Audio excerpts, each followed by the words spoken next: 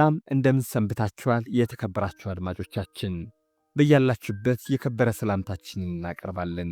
በወንጀል ምርመራ ሥራዎች ላይ ትኩረት የሚያደርገው ሸገር 991 የዛሬው እነሆ ተጀምሯል። ለዛሬም የገባችበት የጠፋው አስተማሪ የሚል አንድ የምርመራ ታሪክ በቀጣይ ይዘናል። አቶ አሰፋ አበበ አርሶ አደር ናቸው። ባለቤታቸው በድንገተኛ አደጋ ከሞቱ በኋላ ልጆቻቸውን ትልቅ ደረጃ የማድረስ ጉጉት ነበራቸው። እናም እናትም አባትም ሆነው ልጆቻቸው የቀለሙ ትምህርት ላይ እንዲተጉ እንዲበረቱ ያደርጉ ነበረም። ልፋታቸው ምን አልቀረም። ከልጆቻቸው መካከል ትልቋ ሙሉ አሰፋ ለወንድም እህቶቿ እናትና ታላቅ እህት ለአባቷ አጋዥ ሆነች። ሙሉ በትምህርቷም ከፍተኛ ውጤት ታስመዘግብ ነበረም። የሙሉ አሰፋ ብርታት፣ ጥንካሬ በቤተሰቧ ተወዳጅነት ብቻ ሳይሆን መኩሪያም ሆነች። ይህም በክፍል ጓደኞቿና መምህራኖቿ እጅግም የተመሰገነች አደረጋት። ከዕለታት በአንደኛው ቀን ግን አባቷ ይሞታሉ። ይህኔ ቀድሞ ኃላፊነትን ትጋራ የነበረችው ሙሉ አሰፋ ቤተሰቡን የመምራት ኃላፊነት ሙሉ በሙሉ ተረከበች። በሬ ጠምዳ በማረስ ሰብል አጭዳ በመሰብሰብ ቤተሰቧን ቀጥ አድርጋ ትመራ ጀመረም። ይቺ ጠንካራ ገበሬ እንዲህ እየታተረች ያለምንም እረፍት እየሠራች እህትና ወንድሞቿን አስተማረች። ከእኩዮቻቸው አንሰው እንዳይታዩ ለፋች። ሙሉ አሰፋ የግብርና ሥራዋን እየከወነች ቤተሰብ እየመራች ትምህርቷን አላቋረጠችም። በዚህ ሁሉ ኃላፊነት ለፈተና ቀረበች። ሆኖም የ10ኛ ክፍል ውጤቷ የምትፈልገውንና ለከፍተኛ ትምህርት ተቋም በመደበኛ የትምህርት መርሃ ግብር የሚያስቀጥላት አልነበረም። ይሁን እንጂ ብዙ ሐሳብ አላትና በጎንደር መምህራን ኮሌጅ በግሏ እየከፈለች ሕልሟን ልትፈታ ዓላማዋን ዳር ልታደርስ የወላጆቿን አደራ ልትወጣ ቆርጣ ተነሳች። ተስፋ አልቆረጠችም። በጎንደር መምህራን ኮሌጅ በእንግሊዝኛ ቋንቋ በ2006 ዓ.ም ተመረቀች። ብዙም ሳይቆይ በተመረቀችበት የትምህርት መስክ በዳባት ወረዳ ጃኖራ መከተል አራዴ ቀበሌ በሚገኝ አንድ ትምህርት ቤት ሥራ ጀመረች። የምታስተምርበት ትምህርት ቤት ከወረዳው እስከ ከተማ የአንድ ቀን ተኩል የእግር መንገድ ይጠይቃል። በመምህርነት ከተቀጠረች ገና አንድ ወሯ ነው። መምህርት ሙሉ አሰፋ የሠራችበትን የወር ደሞዝ ልትቀበል ወደ ወረዳው ርዕሰ ከተማ ዳባት ትሄዳለች። የመጀመሪያ ደሞዟንም ትቀበላለች።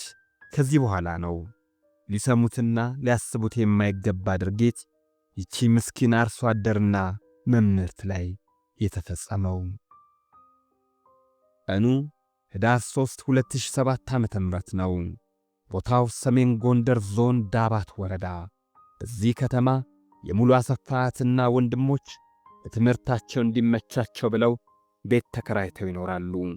ይህንን ያደረገችው ደግሞ አሁን በእንግድነት የመጣችው ታላቅ እህታቸው ሙሉ አሰፋ ነች።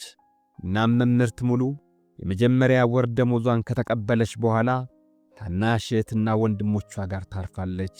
ስትጫወትና ስትመክራቸው ቆይታም ወደ ምድብ ሥራዋ ለመመለስ ትነሳለች። ሆኖም አብሯት የሚሄድ ሰው ታጣለች።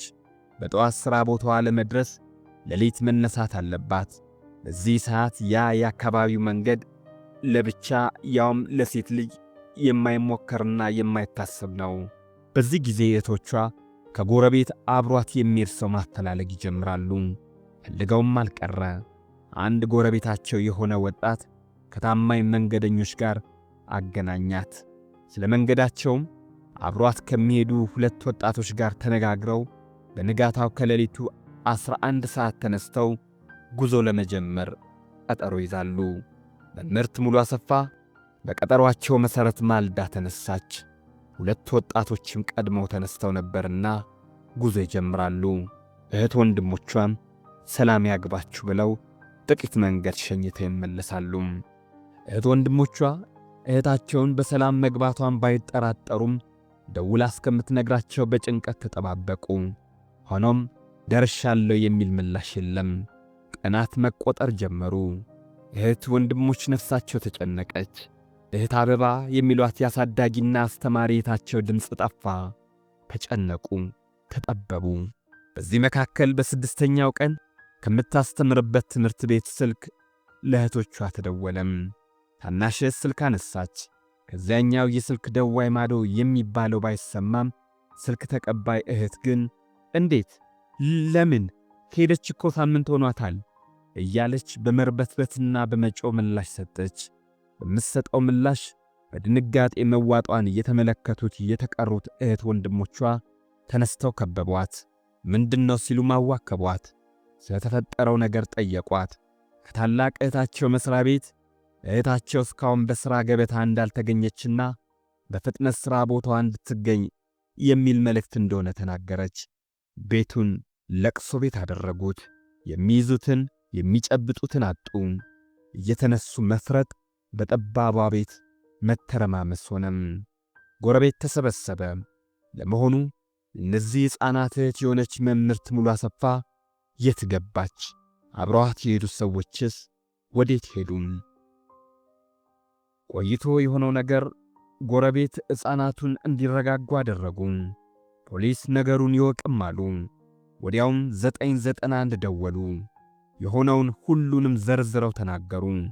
የዚች መምህርት ጉዳይን የሚከታተል ከፖሊስና ከአቃቢ ሕግ የተውጣጣ አንድ ቡድን ተቋቋመ። መምህርት ሙሉ አሰፋ ከነማ ጋር ነበር ሄደችው የሚለው ጥያቄ ለምርመራ ቡድኑ የምርመራው የመነሻ ሐሳብ መጀመሪያ ሆነ። ከታማኝ መንገደኞች ጋር አገናኛታለሁ ያለው የእህቶቿ ጎረቤት የሆነው ወጣት በፖሊስ ተጠየቀ። ወጣቱም ወሰን ወልዳረገ ከተባለ ሰው ጋር እንዳገናኛትና ሸኝቷቸው እንደተመለሰ ለፖሊስ ቃሉን ሰጠም። ፖሊስ ወዲያው የምርመራ አቅጣጫውን ወደ ተጠርጣሪው ወሰን ወልዳረጋይ በማድረግ በቀጣዩ ቀን በቁጥጥር ስር አደረገው። ተጠርጣሪው ወሰን ወልዳረጋይ ግን ይዋዝ አልነበረም።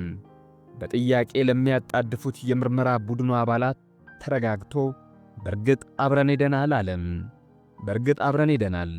ከብዙ መንገድ በኋላ እሷ ወደ ሥራዋ እኔም ወደ ቤቴ ሄድን። እኔ ምን አድርጌ ነው የምታሰረው?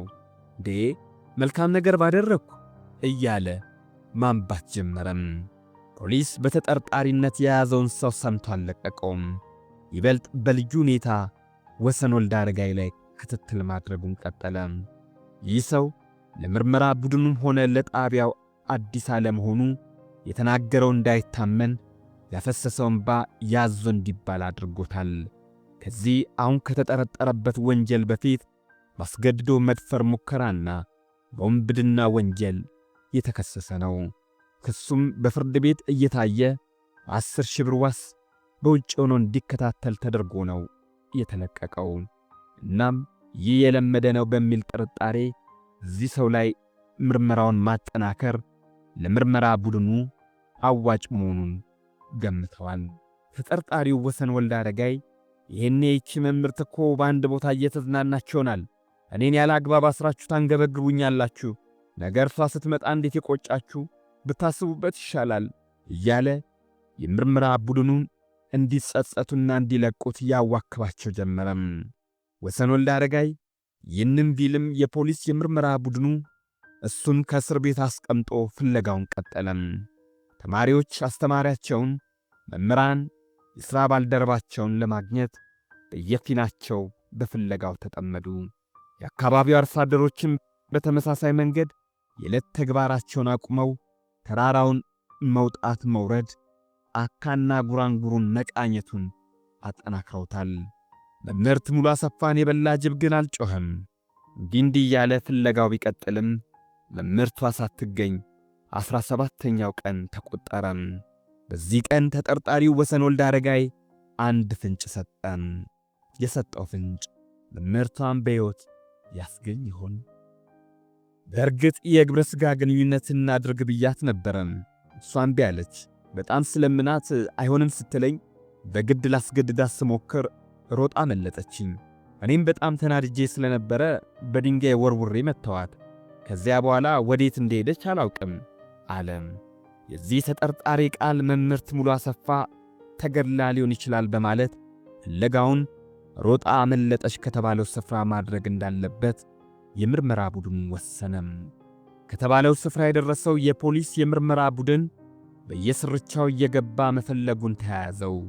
እዚህ መሃል የምርመራ ቡድኑ ባልደረባ የሆነ አንድ ሰው ወደ ሰማይ አንጋጦ በአንድ ቦታ ላይ እያንዣበው ያያቸውን አሞራዎች ለባልደረቦቹ እያሳየ ይህ ነገር እንዴት ነው? የተፈላጊዋን አድራሻ ሊጠቁም አይችልም? ብሎ ፖሊሳዊ የጥርጣሬ ምልከታውን አስቀመጠም። የምርመራው ጓድ የተመለከተውን ለማየት የተቀሩት ባልደረቦችም ወደ ሰማይ አንጋጠጡ። እዚያ ገደላማ ስፍራ ከአንደኛው ገደል ስር ግማሹ አሞራ ያርፋል፣ ሌላው ይነሳል። አልፎ አልፎ ደግሞ እርስ በርስ ይጣላሉ። ይህንን ያዩ የቡድኑ አባላት በጓዳቸው ሐሳብ እነሱም ተስማሙ። እውነት ሊሆን ይችላልም አሉ። ሆኖም አሞራዎቹን ወደ ተመለከቱበት ቦታ ለመግባት ቢወስኑም ዙሪያው ገደል በመሆኑ የሚቻል አልሆነም። ያላቸው አማራጭ ይሳስል በተባለው አቅጣጫ ከ1 ኪሎ ሜትር በላይ መጓዝ ነበረም። አስቸጋሪውን መንገድ ገደል ለገደል ተጉዘው ከቦታ ደረሱ። እጅግ ለማመን የሚከብድና የሚያስቸግር ነገር አዩ። ከዚያ ከ850 ሜትር በላይ በሚረዝም ገደል አንድ ሰው ተጥሏል። የአሞራው መንጋ ደግሞ አስክሬኑን ሲረባረቡበትና ሥጋውን ሲበጣጠሱት ሲቦጫጭቁት ተመለከቱ። ይህ የዚያች ወደ ሥራ ቦታዋ ለመድረስ የወጣች የመምህርት ሙሉ አሰፋ አስክሬን ወይስ ፈላጊ የሌለው እየተፈለገም ያልሆነ ዕድለ ቢስ ሰው ይሆን? የፖሊሶች ጥያቄ ነበረም። የምርመራ ቡድኑ አልተጠራጠረም። ያ በአሞራዎቹ እየተቦጫጨቀ ያለው አስክሬን እየፈለጋት የነበረችው መምህርት ሙሉ አሰፋ እንደሆነ ገምቷል። ይህንን ሰቅጣጭና ዘግናኝ ድርጊት በዚች እንስት መምህርት ላይ ማን ያደረገው? ያ ከእስር ቤት የሚገኝ ወሰን ወልደ አረጋይ ወይስ ሌላ? የምርመራ ቡድኑ አባላት ወደ ታሰረው ተጠርጣሪ በመሄድ የሆነውን ያደረገውን ምንም ሳይሸራርፍ ሳያስቀር እንዲነግራቸው ጠየቁም። መምህርት ሙሉ አሰፋ ወደ ሥራ ቦታዋ ለመሄድ የእህት ወንድሞቿ ጎረቤት የሆነ ሰው ከወሰን ወልደ አረጋይ ጋር ያገናኛታል። ህዳር 3 ቀን 2007 ዓ.ም ከሌሊቱ በ11 ሰዓት ለመገናኘት ቀጠሮ ይዘዋል። በዚህ ጊዜ መምህርቷ ሌላ ሰው ከሌለ ሁለታችን ብቻ መሄድ አንችልም፣ እመለሳለሁ ትላለች። ግድ የለም ሌላ ሰው አለ አብሮን የሚሄድ ብሎ ሌላ ወጣት ከከተማ አስጠርቶ 3 ሆነው መሄድ ይጀምራሉ። ከትንሽ ጉዞ በኋላ በጫካ ከተሸፈነው ገደላማ ቦታ ይደርሳሉ። አሁን በአካባቢው ሰሚና አድማጭ ቢፈልጉም እሪ በከንቱ መሆን ነው። ወሰን ወልደ አረጋይ አብሯቸው ይሄድ የነበረውን የተቀላቀላቸውንና ተጠርቶ የመጣውን ወጣት ልደፍራት ስለሆነ ሂድ ይለዋል። ወጣቱ የተባለውን አደረገ። ለምን ብላ ጠየቀች መምህርቷ። እሱ ስለሚቸኩል ነው አላት። እሱ ደግሞ በዛ ጫካ ቀስ እያለ መሄድ ይጀምራል። እሷ መሃል ላይ ቀረች። አዲስ የተቀላቀላቸው ወጣት በወሰን ወልደ አረጋይ ትእዛዝ መሠረት ይፈጥናል ሳይሆን ወደፊት ይጋልባል። ወሰን ወደ ኋላ እንደ ኤሊ ይንቀራፈፋል። ለምን አብረን አንሄድም አለች መምህርት። እኔ ቀስ ብዬ ነው መሄድ የምፈልገው አለም። አማራጭ አጣች። እዚያ ጫካ ተማጸነችው። አልሰማትም፣ ይሰማትም አልፈለገም። ይልቅ ነይ ብሎ እጇን ያዘው። ልብሷን ሊያወልቅ ሞከረም። ከደቂቃዎች በፊት ሰላማዊ የነበረው ሰውዬ ወዲያው በዚያ ድቅድቅ ጨለማ ወደ አውሬነት ባህሪው ተለወጠም። ልቀቀኝ አለች መምህርት ሙሉ አሰፋ። ሰሚ አጣች። ባለ በሌላ ኃይሏ ተጠቅማ እጇን ለማስለቀቅ ሞከረች። ሙከሯ ተሳካላት። ሮጠች። ምንም ሰው በሌለበት ጫካ እየነጋ ባለው ሌሊት አድኑኝ ድረሱልኝ አለች። የደረሰላት ነገር ቢኖር የራሷ ድምፅ እያስተጋባ ተመልሶ ለራሷ መምጣቱ ብቻ ነው። እሷ ስትሮጥ ይከተላት የነበረው ወሰን ወልደ አረጋይ ድንጋይ አንስቶ ወረወረም። አልሳታትም። ሽንጧ ላይ መታት። መምህርቷ አልተረፈችም። በፊት ለፊቷ ወደቀች። እንደምንም ተነስታ ለመሮጥ ሞከረች። አልቻለችም። ተንደፋደፈች። እልህና ቁጭት የነበረበት ወሰን ወልደ አረጋይ ልሸከመው ብትል የማትችለውን ድንጋይ ጫነባት። ከመደፈር ብታመልጥም ሞት ግን አልቀረላትም። ጸጥ አለች። ይህ ጨካኝ ሰው አላዘነም። በተደፈርኩ ስሜት ተንጎራደደ። ሳይደፍራት መሞቷ ይበልጥ አንገበገበው። አስክሬኑን በርግጫ ዶለው፣ ጮኸም። ቀጥሎ ያደረገው ነገር ቢኖር አድራጎቱ እንዳይታወቅ ባደራ ሸኛት የተባለውን ሴት አስክሬኗን እየጎተተ ከ850 ሜትር በላይ በሚረዝመው ገደል ውስጥ ወረወረው። አስክሬኑ ሲወረወር ከታች የነበረው ድንጋይ የመምህርቷን አካል ፍርክስክስ አደረገው። ዘግናኝ ድርጊት ፈጻሚው ያደረገውን ሁሉ ምንም ሳያስቀር ለፖሊስ የምርመራ ቡድኑ ተናዘዘ።